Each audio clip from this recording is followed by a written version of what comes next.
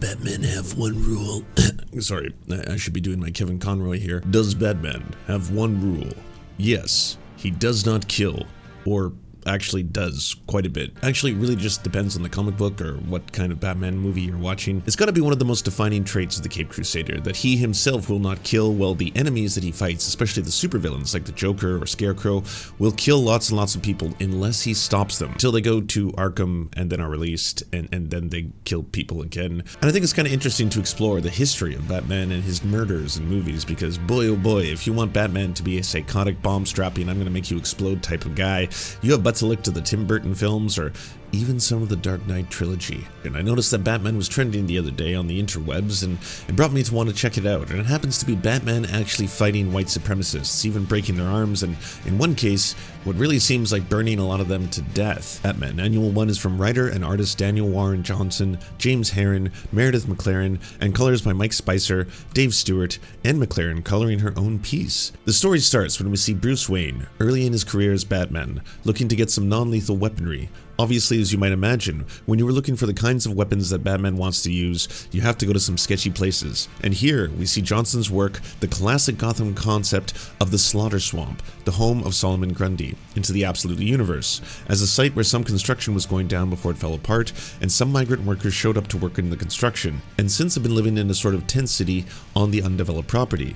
When Bruce sees some of the migrants being attacked, he quickly jumps into action. The big conflict is that Bruce questions whether his father would want him to be this violent. His father was a pacifist, and when Bruce stepped in to help the migrants, the guy who had just sold him the weapons betrayed him. However, a local priest saves him. Later, after Bruce changes into Batman and viciously takes down the white supremacists, including a stunning double-page spread where Batman breaks the leader's arm just as he is giving a white power salute. You might have seen this panel online, and it has gone viral on social media, and for good reason, as it really is a stunning spread. And another panel where Batman uses an AEW wrestling move to take down one of the crooked cops. Johnson is really just sort of vibing classic Dark Knight Returns Batman versus the mutants in these pages in all the best ways possible. The priest confronts Batman.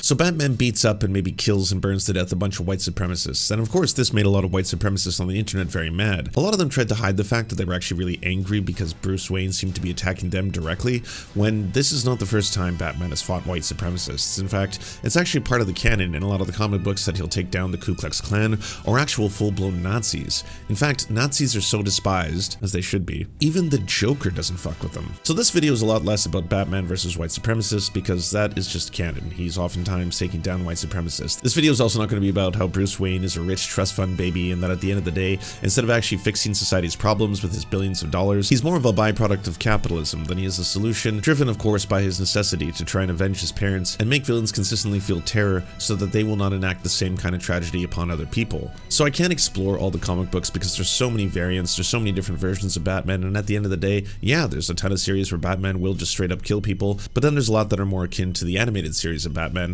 where he in fact does not enact direct fatal violence. Instead, I was going to take a look at the movies, because those seem to be an area where people have a lot of contestation. Some people say that you have to be loyal to the actual idea of Batman not killing anyone because it's the only true Batman that they want to see. And then there's other directors like Tim Burton who turned him into a downright killing machine. So let's explore right now, does Batman kill?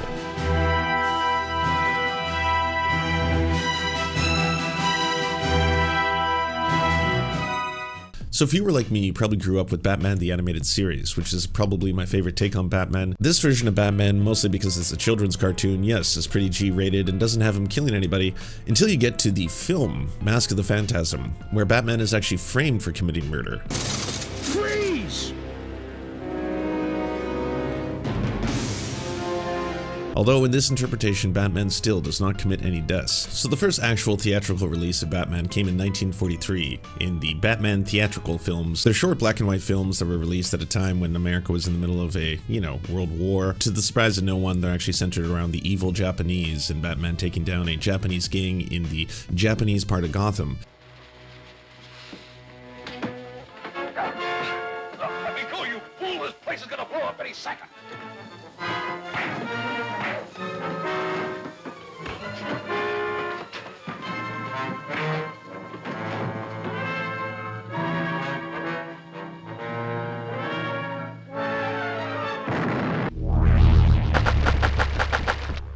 Fatality. Fatality. And they're mostly remembered for being the first real, live screen Batman presentations. And, for what they are, you should watch them just because they're part of history, but I wouldn't say that they're necessarily going to be captivating in the way that the 1966 Batman is. Batman speaking. Warning all of you to brace yourselves for big news. The biggest. Tell them, Robin. Holy superlatives, Batman! It's really exciting. Soon, very soon, Batman and I will be batapulting right out of your TV sets and onto your theater screens. That's right, Robin. 1966 saw the first actual feature-length theatrical release of a Batman film based on the TV show starring Adam West, and it's just as delightful and campy as the show itself, featuring a lot of musical sequences, dance scenes, and of course, pow, thwap, and all the other things that pop up on the screen. Batman doesn't kill in this movie, though, not even a giant shark. In fact, he's actually going out of his way in multiple times in multiple scenes to fight his enemies, beat them up, and then, just descend on a rope.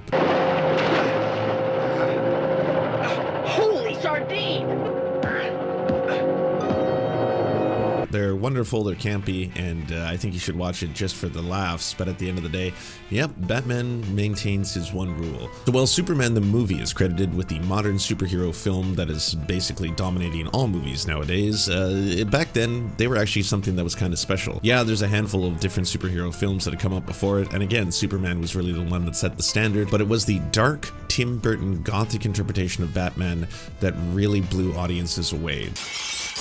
My life is really complex. Winged freak terrorizes. Wait till they get a load of me.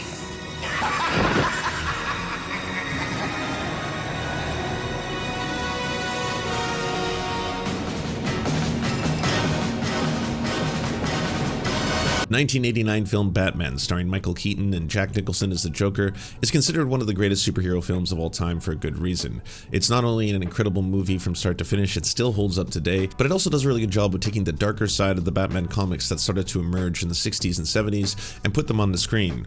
Although, for people today who get really mad about any kind of changes to the original property, it's kind of nuts how much stuff Tim Burton got away with here. He changes the origin story of Batman, makes Joker the killer of his parents, and also, yeah, Batman's kind of a mass murderer in these films.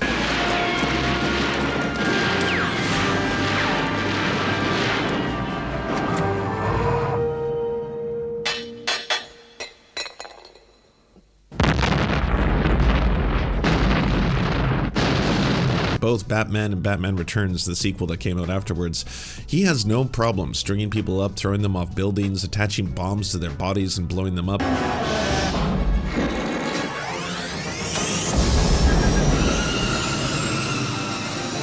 And in many ways doesn't seem to really care at all. This movie has a goddamn Gatling machine gun. That man is not shy about using weapons, guns, and everything that he can to basically try and thwart his villains. And at the end of the day, the Joker in these films, which was the most iconic Joker until Heath Ledger took up the helm, was basically a tour de force. You had to use violence against him. It was violence begets violence kind of a thing. You killed my parents. What? Oh. What are you talking about? I made you. You made me first. In the sequel that comes out afterwards, Batman Returns, he actually falls in love with Catwoman, who is herself pretty damn violent. And in this Batman, he actually tries to stop the cycle of violence by saying that maybe they could have a normal life together and be a little bit of a Disney fairy tale. Of course, she rejects this and chooses vengeance. I would love to live with you in your castle. Forever, just like in a fairy tale.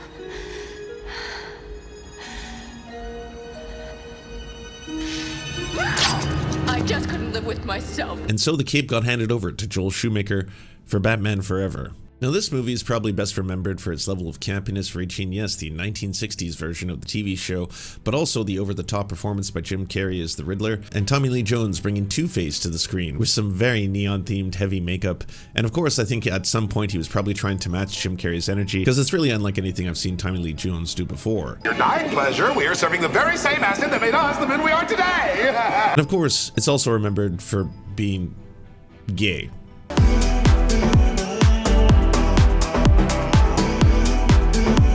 And it's not just because of the bat nipples.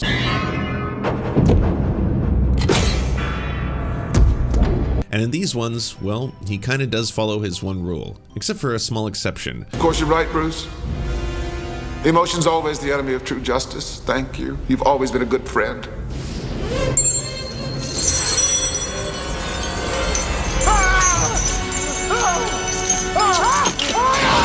Because he knows exactly what's going to happen when he flips this coin. Two-Face is most likely going to jump to his death, so you could say that he set a trap that led to Two-Face's death. So maybe he did kill him, maybe he didn't. Maybe he was trying to make him jump and catch the coin and then catch another one of the cords, I'm not entirely sure. If there was a scale or a point system, you could probably say that he gets a half point here for a murder. Then we enter the Dark Knight trilogy. Hell are you? I'm Batman. Yes, the Christopher Nolan films, which were known for taking Batman back into a more realistic approach, although at the end of the day, the timeline and the events that take place in most of these films don't really sync up with reality, but Batman is more grounded. It's less fantastical, less campy, and way more, what if Batman was just a real person and he was actually just a super rich billionaire who had access to a lot of amazing toys and was able to use them to take down his opponents. The first one, Batman Begins, obviously tells the origin stories of Batman and how he's trained by Ra's al Ghul in the League of Shadows to become the warrior that he is today. These films are pretty iconic for a number of reasons, and I think also they've established the idea in most people's brains that Batman doesn't actually kill people because it is a fixture of a lot of the conversations he has, specifically with the Joker in their prison scene. I have one rule. Oh, then that's the rule you'll have to break to know the truth. But if we go back to Batman Begins, I think he killed some people here. I think he killed a lot of people. I'm not even talking about Ra's al Ghul deciding not to save him, because I think, letting someone die by virtue of not actually saving them when you can, does that really count? Again, you might get a half point for a murder here. But what about when he just burnt down the entire League of Shadows? What's necessary, my friend?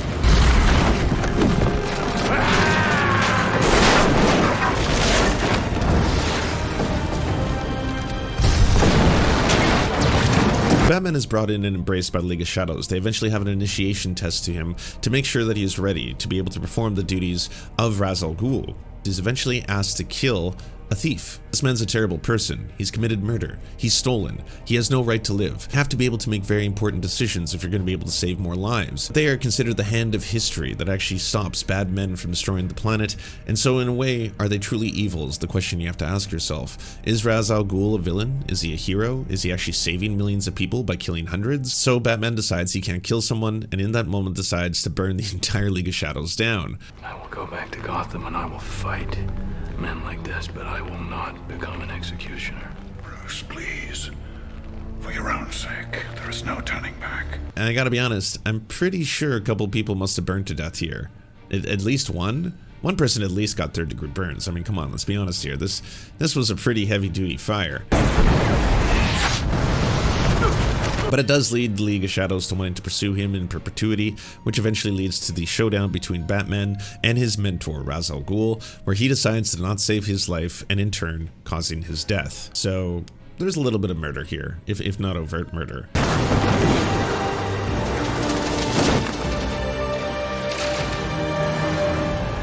Then comes The Dark Knight, probably the most famous of all of Christopher Nolan's Batman trilogy films, in large part due to both the loss of Heath Ledger as an actor during this period, but also to his captivating performance that is still considered perhaps the best rendition of Joker ever, and that's going up against Jack fucking Nicholson. So, like most people, I was not excited for Heath Ledger to be in this film. I was like, what, this pretty boy who's in a bunch of like rom-coms? What are we doing here? And then the first trailer came out, and I think like most people, I was proven completely and utterly wrong. So what are you proposing? It's simple.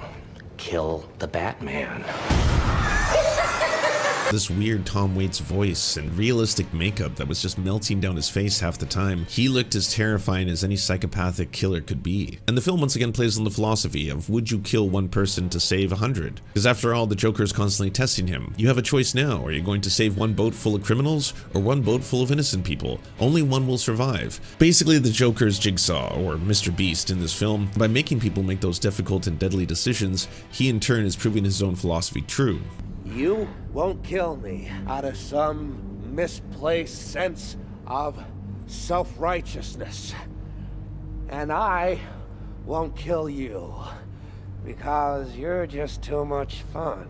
Then finally there's The Dark Knight Rises, which sees Batman get utterly and completely destroyed by Bane. Much like in the comic books, his back is broken and has to sit back, crippled, watching Gotham burn before his very eyes. This film also deals with a lot of questions of morality and a revolutionary figure pitching the idea of liberating the people while having his own plans cooking in the background. And guess what?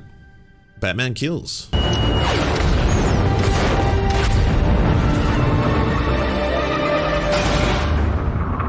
In this case, Batman finally makes the decision. Should I kill someone in order to preserve the lives of many? And that decision, preventing a nuke from blowing up Gotham, does save millions of lives. But at what cost? Then we enter the Snyderverse, where Batman himself is going to be something of a torturing madman. Now, there's a lot of films in the Zack Snyderverse. Some of them feature Batman prominently as a main character alongside Superman. Some of them feature him leading the Justice League. And I'm just going to lump them all together because at the end of the day, Batman kills. Not only does he kill, he tortures. Jesus Christ. He branded him. Not something that's in a lot of the comic books or the cartoon series, but in this case, Batman will do anything he can because at this point, he has lost way too much. This is a post-Robin world in which the Joker has already killed him, and Batman has had enough. He doesn't want to have to deal with these murdering psychopaths anymore, and is trying to do everything he can to try and save what remains of Gotham. Batman throws harpoons directly into people's bodies and chests. I'm sorry if you want to believe that none of these people have died, but they've died. Zack Snyder's not really known for his depth or his ability to convey philosophy, but he is very skilled at producing absolutely stunning action sequences, which is probably a hallmark of a lot of his films and his adaptations of other properties. And in these movies, you do get a Batman who's capable of taking down lots of thugs with tons of flair, but at the end of the day, you can't deny that he's straight up killing people. Like, yeah, he kills lots of people. That's just the reality. And then there's the Flash film, of course, which is just an absolute travesty of cinema that does feature Michael Keaton's Batman once again, and they don't really spend any time here. He kills people just like he did in the past. I mean, it's Michael Keaton, it's from the Tim Burton universe. Why change anything, you know? He's the same Batman he was before. He likes strapping bombs to people, shooting missiles at people. That's that Batman.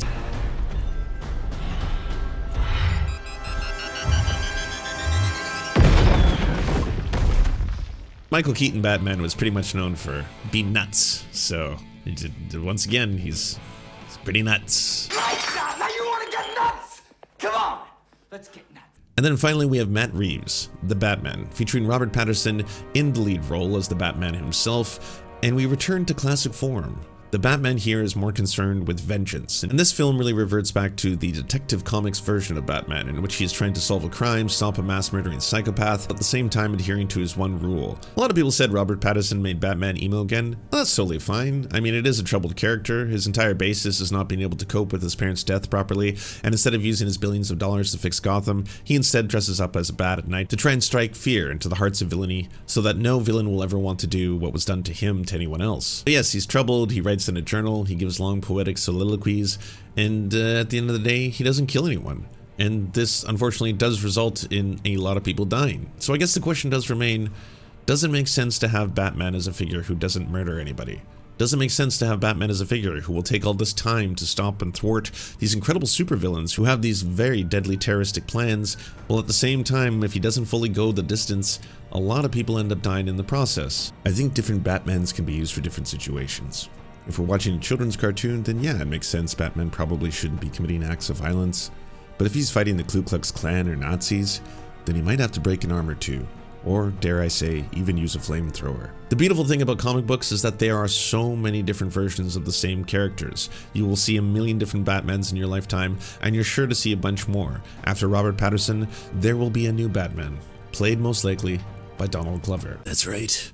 Artificially invented controversy. Sound off in the comments if you think I'm wrong, and then we'll see who really wins in the battle of ideas. Thank you so much to our patrons for making this show possible. We could not fund it without you, and if you want to join, please check out patreon.com/theserfs to unlock bonus episodes, uncensored content, and all the good stuff. Thanks to Anna Loves Riley, Addercap, Bobby Lasers, Cheryl Alvarez, Comrade Junkie, Doug Caddy, Everything Important, Hegbard Salim, Multimondi, Omni, Political Papi, Preston Kroll, Quiet One 85, Riley and Anna, Roller Dragon, Cernicus, Stellar Gwyn, Sebastian Demmel, Tigwick, and Words Greenwood.